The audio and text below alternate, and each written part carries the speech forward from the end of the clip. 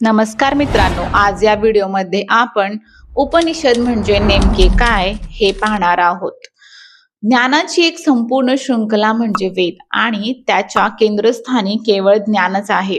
ते कोणत्याही एका व्यक्तीने लिहिलेले पुस्तक नाही, कोणत्याही एका माणसाने किंवा माणसांच्या एखाद्या समूहाने किंवा एखाद्या संप्रदायाने त्यांचे प्रतिनिधित्व केलेले नाही. कोणत्याही एका व्यक्तीचे नाव त्यांच्याशी जोडले जाऊ शकत नाही. व्यक्ती आल्या निघून गेल्या इतके ऋषी त्यात वर्णिले गेले आहेत. एक ऋषी, हजारो ऋषी. वेदांचा कोणत्याही विशिष्ट व्यक्तीशी संबंध नाही. ही ज्ञानाची एक संपूर्ण परंपरा आहे आणि ज्ञानाचीच ते पूजा करतात. म्हणून वेद एका मोठ्या विस्तृत कालखंडात पसरलेले आहेत. वेद एका दिवसात किंवा 4 दिवसात किंवा 100 वर्षातही लिहिले गेले नाहीत.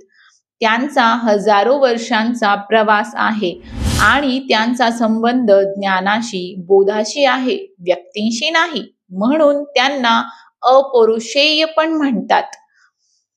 यांना कोणत्याही मनुष्याची निर्मिती समजू नका. यांना संपूर्ण मानवजातीची किंवा एखाद्या विशिष्ट व्यक्तीची मालमत्ता देखील समजू नका. तर आपण वेदांच्या एका संपूर्ण प्रवासाबद्दल बोलत आहोत. या प्रवासात अनेक चढ-उतार येतात, पण तो प्रवास सतत ऊर्ध्वगामी आहे. तो खालून सुरू होतो आणि अगदी वरपर्यंत पोहोचतो. ज्ञानाचे कार्यच असे असते. वेदांच्या प्रारंभी मंत्र आणि संहिता येतात. त्यामध्ये विविध देवतांची पूजा आहे. त्यांना संतुष्ट करून त्यांच्याकडून वरदान, आशीर्वाद इत्यादी मागितले गेले आहेत.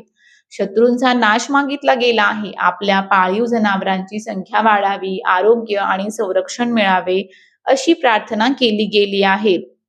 जितक्या आदिभौतिक आणि आदिदैविक आपत्ती असू शकतात त्यांच्या विरुद्ध संरक्षण मागितले गेले आहे आणि यात विशेषतः काही आध्यात्मिक असे नाही.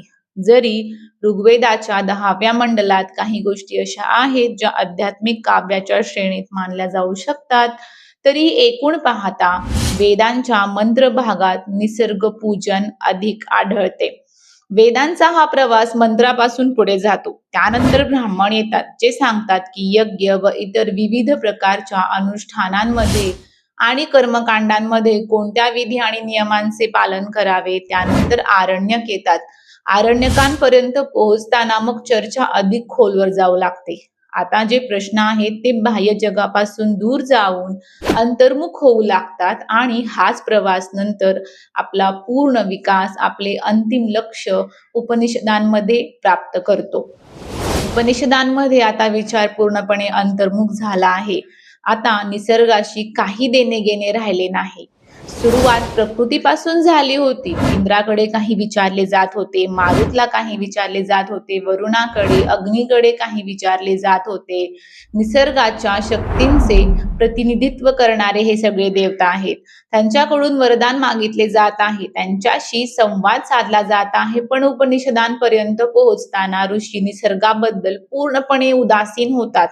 उलट ते येथे असेही म्हणतात की सत्य हे निसर्गाच्या पलीकडचे आहे.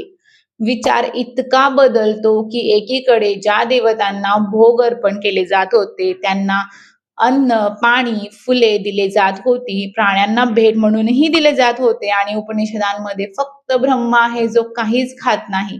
येथे देवदेवता हे सर्व साकार रूप आहेत, ज्यांना संतुष्ट करता येते, ज्यांच्याशी संवाद साधता येतो.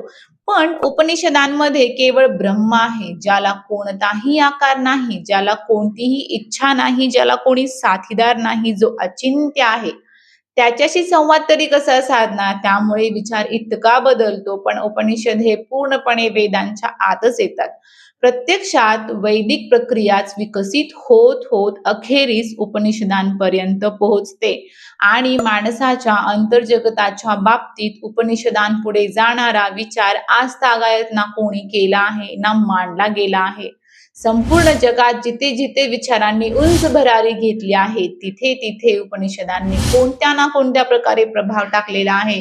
आणि भारतात जिथे कुठे धार्मिक सौंदर्य दिसते त्यामागे उपनिषदांचीच प्रेरणा आहे. मग ती बौद्ध परंपरा असो किंवा भक्तीची परंपरा असो, सर्वांच्या मागे उपनिषदांचीच छाप आहे. वेदांमध्ये 3 घटक समाविष्ट मानले जातात, ज्यांना प्रस्थानत्रयी असे म्हणतात. ते म्हणजे ब्रह्मसूत्र म्हणजेच वेदांत सूत्र, उपनिषद आणि भगवद्गीता. या तिन्ही पैकी सर्वात प्राचीन निश्चितच उपनिषद आहेत. आणि उपनिषद केवळ प्राचीनच नाहीत, तर वेदांत सूत्र आणि भगवद्गीतेचे आधारही आहेत. उपनिषद नसती तर वेदांत सूत्र आणि भगवद्गीता देखील नसती. म्हणून अनेकदा वेदांत आणि उपनिषद यांना एकाच अर्थानेही संबोधले जाते. उपनिषद म्हणजेच वेदांत असे म्हणणे चुकीचे ठरणार नाही.